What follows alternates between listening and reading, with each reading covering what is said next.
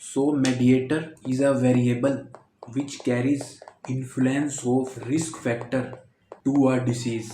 Sir mediator एक normal सी term है, example लेके समझते हैं। Multiple sex partners is risk factor for cervical cancer. ठीक है सर, समझ में आ रहा है, सुनने में भी अच्छा लग रहा है, पर जब हमने इसकी खोज करी तो हमें पता लगा कि multiple sex partner have high chances of acquiring HPV infection and HPV infection is a risk factor for cervical cancer। Sir multiple sex partners तो थे, सर्वाइकल कैंसर भी हो रहा था, पर HPV की मदद के बिना multiple sex partner cervical cancer नहीं करा सकते। तो HPV is a mediator in this case. Sir जब शादी होने वाली होती है तो सर लड़के वाले लड़की वालों तक अपनी बात कैसे पहुंचाते हैं, या लड़की वाले लड़के वालों तक अपनी बात कैसे पहुंचाते हैं? सर एक मेडिएटर होता है जो सर इधर की बात उधर पहुंचाता है और उधर की बात इधर पहुंचाता है। तो सर उस मेडिएटर को अपना काम करने के लिए शादी के बाद एक आध तोले की अंगूठी मिल जाती है। तो सर अब इस एग्जाम्पल से आप कोरिलेट कर लें कि मेडिएटर का क्या मतलब होता है।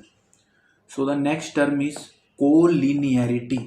Collinearity means two independent variables are so closely related that it becomes difficult to know their individual effect on disease outcome। Sir, air pollution causes lung cancer. Urbanization also causes lung cancer.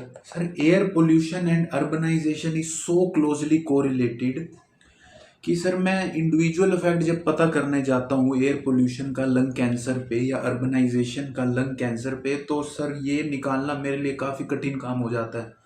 So collinearity exists between air pollution and urbanization। So now I will be moving towards very hot topic, that is error।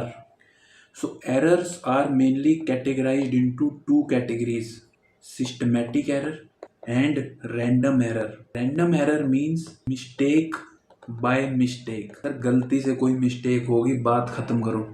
Systematic error means person continuously make mistakes, and systematic error is also known as bias। So bias can be broadly classified into three types: subject bias, investigator bias, and analyzer bias। So I will be discussing various bias, and along with the discussion I will be telling you what type of bias is this। So first bias I will be telling you is the interviewer bias. मैं sir एक study कर रहा हूँ, lung cancer is cause due to smoking. I am doing a case control study, lung cancer is cause due to. मेरे पास अगर lung cancer का case आता है, मैं उसकी हिस्ट्री लेता हूँ 1 घंटे तक, पूछ पूछ के उसकी एस्टेसी कर रखी। कंट्रोल ग्रुप का पेशेंट आता है, उसको 10 मिनट में भगा दे रहा हूँ, तो सर उस पे मैं 1 घंटा दे रहा हूँ, उसको 10 मिनट में भगा दे रहा हूँ, तो मेरी स्टडी तो बाइस्ड हो गई ना सर। सर ज्यादा चांस है कि मैं उससे इतना पूछूंगा स्मोकर से कि तूने स्मोकिंग करी कि नहीं, तू एयर पोल्यूशन में था कि नहीं, तूने फैक्ट्री वर्कर तू था कि नहीं। मैंने उससे इतनी हिस्ट्री ली, उसने आखिरकार स्मोकिंग कबूल ली। So this is my fault, it is interviewer bias, it is investigator bias। Selection bias। At stake I am working on association between regular study and clearing UPSC civil service exams। Sir मैंने अपने सारे candidates कौन से select कर लिए? जो IITians थे। Oh my god, मैं एसोसिएशन देख रहा था regular study and clearing UPSC civil service exam. मैंने अपने कैंडिडेट्स कौन से सारे सेलेक्ट कर लिए? जो IITians थे, जो यूपीएससी के लिए प्रिपेयर कर रहे थे और जो IITians थे। Sir IITians have a very good mind, they have very good skills of paragraph writing. Oh no, I missed that point also. IITians work very smartly, they know what to study and what not to study for the exam। oh no, I missed that point also। so sir किसका fault है? ये मेरा fault है। मैंने सारे के सारे study subjects कहाँ से उठा लिए? IIT से उठा लिए। मैं एसोसिएशन चेक कर रहा था, रेगुलर स्टडी और clearing UPSC civil service exam, और सब्जेक्ट सारे IIT से उठा लिए। जो मेरी एसोसिएशन आएगा वो तो सर गलत ही आएगा ना सर। सर एक एग्जांपल लेते हैं, मैं एक इन्वेस्टिगेटर हूँ, मैं दिल्ली में मायोकार्डियल इन्फार्क्शन का इंसिडेंट स्टडी कर रहा हूँ। मैंने दिल्ली में एक मल्टी स्पेशलिटी हॉस्पिटल सेलेक्ट किया, वहाँ मायोकार्डियल इन्फेक्शन का इंसिडेंस देख रहा हूँ। वहाँ पे एक डॉक्टर प्रकाश है, who is the most brilliant cardiologist India have ever produced. Dr. Prakash works in that multi-speciality hospital where I am studying the incidence of myocardial infarction. Sir, he is the most brilliant cardiologist India have ever produced. Sir, मैंने उधर जाके देखा कि a lot of myocardial infarction patients were admitted. I opened the OPD register, 250 patients daily count. Oh my God, the incidence of myocardial infarction in Delhi is very big. मेरी study का result मैंने ये बताया। पर sir, मैंने बाकी के 10 multi speciality hospitals तो देखे ही नहीं, इसमें मायोकार्डियल इन्फेक्शन के पेशेंट्स इतने थे ही नहीं। तो ये सर किसका बायस है?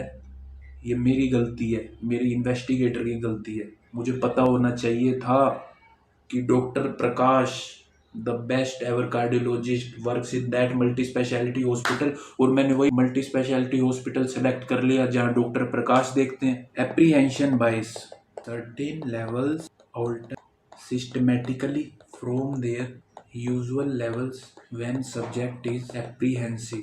सर, पेशेंट की पल्स नॉर्मली है 90 बीट्स पर मिनट। पेशेंट को जब डॉक्टर देख रहा है तो patient becomes apprehensive, white coat effect, his pulse rate increases, especially if there is any handsome doctor like me. I was just kidding. Certain levels, BP, pulse, alters from their normal levels when subject is apprehensive. So what type of bias is this? This is subject bias. Next is attention bias. Study subjects alter their behavior when observed continuously or when they know they are being observed. Sir, I am studying the association between smoking and lung cancer. मैं लगातार smokers पे नज़र रख रहा हूँ। ऐसा हो सकता है कि स्मोकर्स इतनी ऑब्जर्वेशन के कारण सोचे कि स्मोकिंग छोड़ देता हूँ, स्मोकिंग से इतनी कौन सी बड़ी दिक्कत हो रही है कि ये साला लगातार मेरे पे नज़र बनाए रखे हुए है। टेंशन बाइस किसकी गलती है? ये भी सब्जेक्ट की गलती है। मेरा काम तो है, मैं तो नज़र बनाए रखूँगा, पर ये गलती सब्जेक्ट की है कि उसे अपने बिहेवियर अल्टर कर लिया। नेक्स्ट इज पिग्मेलियन बाइस. When the researcher is over motivated, there is high chances that the association between risk factor and outcome will be more. Pygmalion bias is over motivation of researcher. Next is our golem bias. When the researcher is demotivated, there is less chance that association will be found between exposure and outcome. Normal सी बात है sir, जब हमें कोई motivate करता है तो हम अपना और एफर्ट डालते हैं तो ज़्यादा चांस है कि रिजल्ट आएगा, और हमें कोई डीमोटिवेट करता है तो हम अपना कम एफर्ट डालते हैं और कम चांस है कि रिजल्ट आएगा. Mind it in practical life. If this is happening with you, this is not the right thing. If you work hard when someone motivates you and you become demotivated when someone says some negative comments, this is a big problem. Even if you become motivated when someone says positive about you, that is also a problem, because you are always dependent on their motivation to work hard. If they don't appreciate you, if they don't motivate you, your level comes from here to here. And I will be moving towards blinding. Blinding is mainly of three types: single blinding, double blinding, triple blinding.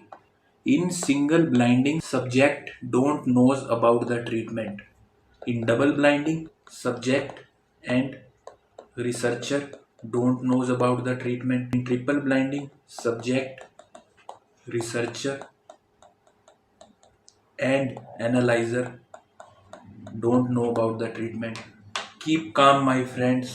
In the next lecture about randomized controlled trial, I will tell you about blinding in detail. For you, blinding will become the topic which you can answer blindly. So double blinding is most common. At last, open study means which don't have any blinding. So now I will be winding up my lecture. At last, The point which I had discussed 2 minutes back is the learning point from this lecture. If you are at this level and after any appreciation, your happiness level increases, that is this a good thing? The answer is no. After any negative comments, your happiness level decreases. Is this good thing? No. I am at this level. Sir किसी की औकात नहीं है, कुछ भी कह देगा। मैं तो ऐसा हूँ और मैं अपना एफर्ट डालता रहूँगा और ऐसे ऐसे बढ़ता जाऊँगा और उसके कहने से मेरी खुशी बढ़ेगी या घटेगी। किसी के बाहर की तारीफ या बुराई मेरे पे असर डाल नहीं सकती। Keep it in your mind and apply it in your life. Good bye my friends.